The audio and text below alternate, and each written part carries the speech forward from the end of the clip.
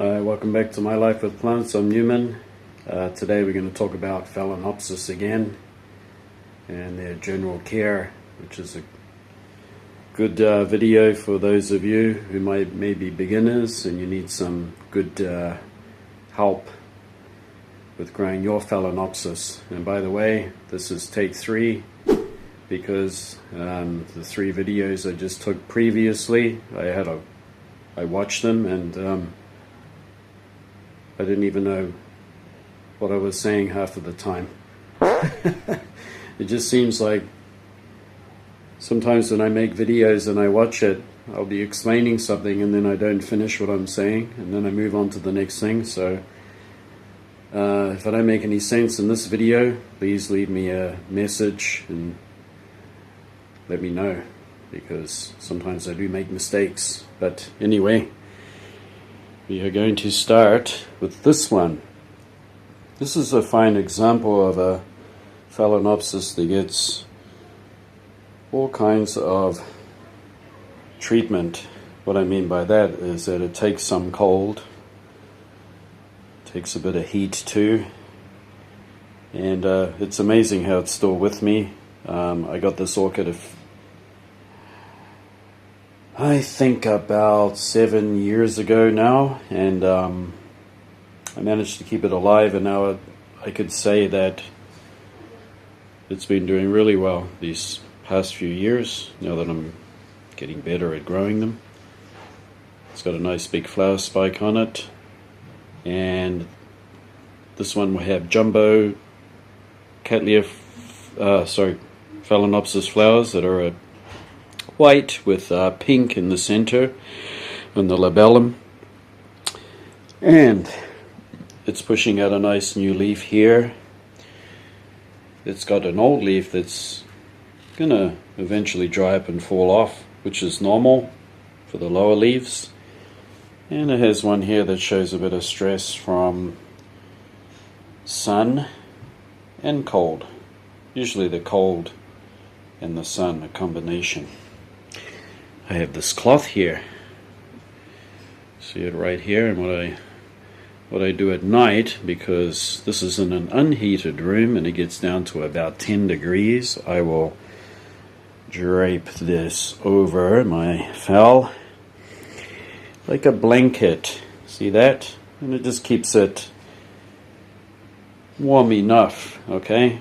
It won't get any more leaf damage, even with this cotton cloth here that's used as the bandana. It's just enough to keep it warm and to keep the stress off it. So I use that, okay? So that's one growing tip for you. I'll just pop it back in there so we can get it out of the way and continue this video. Okay, so this has been growing in this plastic pot that's got riddles of holes in it. I put lots and lots and lots of holes. We can't see them all, but it is absolutely filled with holes. So it's got all this aeration. I could have possibly even put even more holes in it. All the way around. Its growing medium is a mix of sphagnum moss, bark, and some pumice in there.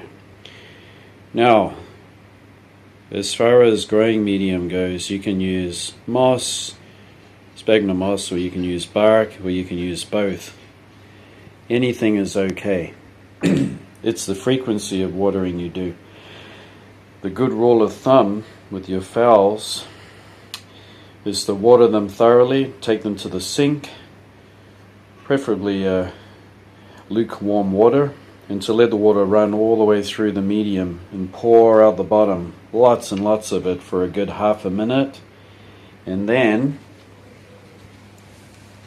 with your already mixed up water, which this is ordinary tap water with dechlorinizer in it, I prefer to use that because it, as we know, fish, when you are caring for goldfish or any tropical fish, you have a water treatment that dechlorinates the water because if you use straight tap water, it burns the fish's gills, makes their life a misery. So if it's good for them, it's good for plants. I've been doing this for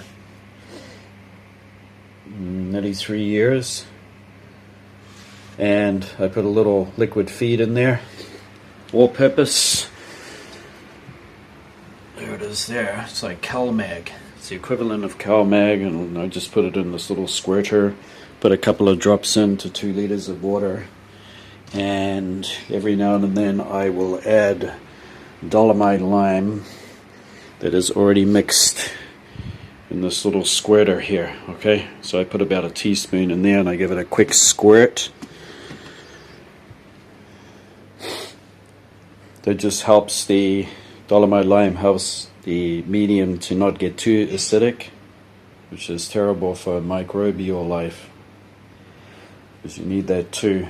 So I've been doing that for years and years, and it works. Okay, so after I've given it a good soak under the tap with the lukewarm water, next in goes the good water, which is that. I give it a good amount of the good water that I have mixed up in that 2 liter bottle until it flushes out the bottom. And the next time I will water it is only when this growing medium is absolutely dry, so that when I touch the surface of it, it's crunchy like cornflakes. Okay, only then will I water it again. It just so happens that this one is in quite a bright window, but it is backed away from the window, so it's not getting the sunlight on its leaves at all. It's just getting the bright light, but it does dry out quite quickly, and I've been watering it once a week. If you do have a larger pot, just another thing you can do is push your finger down into it, and if you feel any moisture at all, don't water it. It's a mistake. Just don't. Let it dry right out, all the way through. And if you're a beginner growing Phalaenopsis, I recommend that you pot your Phalaenopsis in clear pots, clear plastic, so that you can see the roots and everything. And what you want to look for is that all the moisture is gone out of it. So you see nothing but roots that are kind of this color, silvery color. If you see any green roots in there, do not water it at all. It doesn't need it. And if you have a really large pot, I could consider this quite large, yes. The best thing to do is only fill it halfway with the growing media, and the rest of it, pumice, chips of pumice stone, like big chips of it, or styrofoam for the last half of the pot, because you don't need that much growing media. Growing media is okay. Everyone likes to repot their orchids quite often, but honestly, to be honest with you, it's the water that you give it that makes the orchid thrive. Okay, it really doesn't need it's repotting and putting fresh media in there is not going to do a thing for it. It can stay in the same growing media practically forever, okay? Even when there's nothing left in there, because the only thing that it gets its nutrients from is the water, okay? Not the medium. The medium is just for something to hold on to, because it's an epiphyte. Now this one is, as you can see, it's really healthy, growing this nice new leaf, which is a good indication. It's got the nice new spike coming out. Its growing conditions are, so I'm going to put it back soon so I can let you see. Generally that room is about 10 degrees. It gets down to 10 degrees at night, and a maximum of about 18 degrees during the day. In the summer, it can get up to about 30, it can get close to 35 degrees, and that's the air temperature. However, once again, this does not get any direct sun on it, even during the winter time. Hence, we use this cotton cloth again. When the summer comes around, or the springtime, and that sun's coming right in the window, I drape this over it.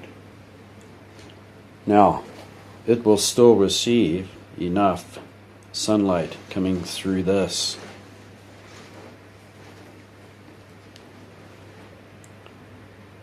This cotton, 100% cotton, and it still has, as you can see there, look, it still lets in some light, and it's just enough, because Phalaenopsis don't require a whole lot of light at all to be healthy and maintain good growth.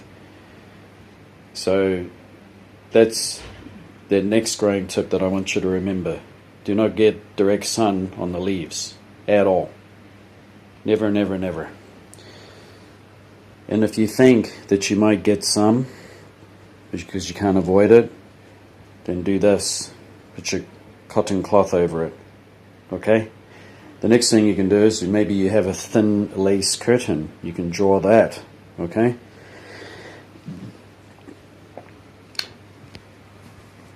Let's just put this back again so we can see the plant. Okay, now also this fowl will just get a basic fertilizer.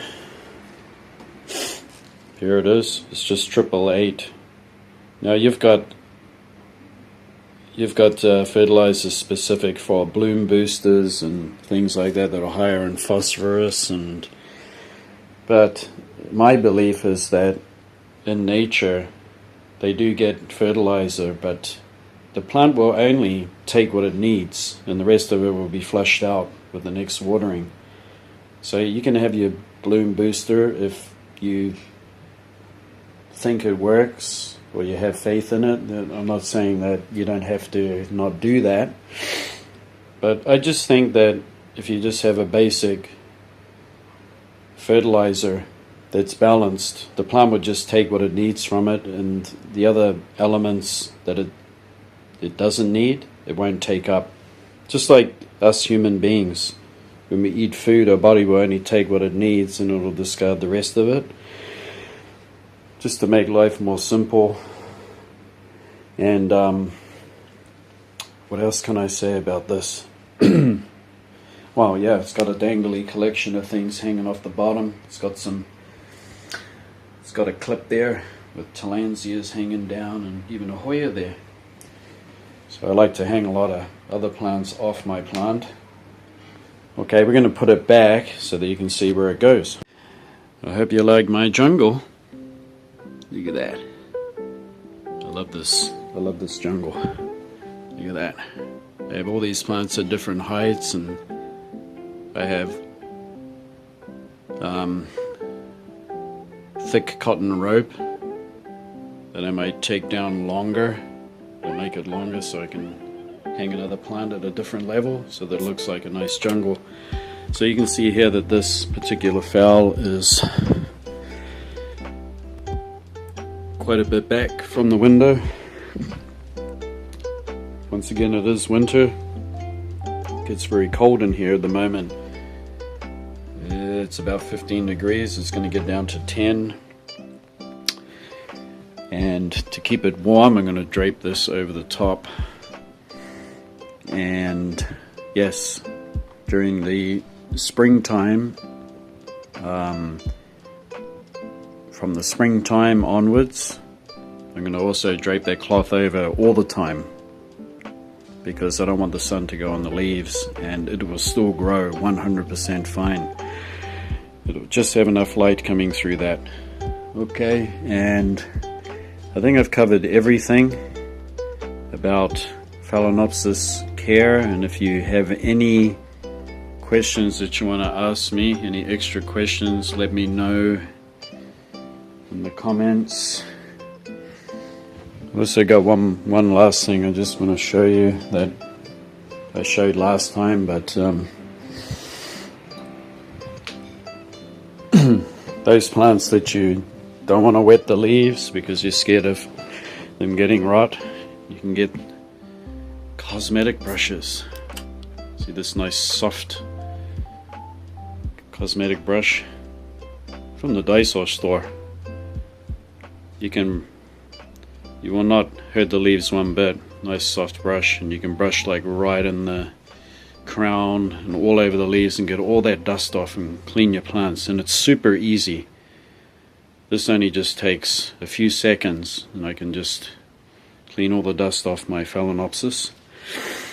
I've had this Phalaenopsis for seven or more years, like I've said before, and this is a successful growing Phalaenopsis, considering that it's been grown indoors for all those years. I mean, look at the size of that leaf, and this one I put out last year. Anyway, I hope that helps you out if you're a beginner, intermediate grower, or you're just looking for general care. And thanks for watching. Don't forget to subscribe on my channel so you don't miss anything. I actually do posts with all kinds of plants, not just orchids, but also cacti, succulents. And we'll see you next time. Thanks for watching. Bye bye.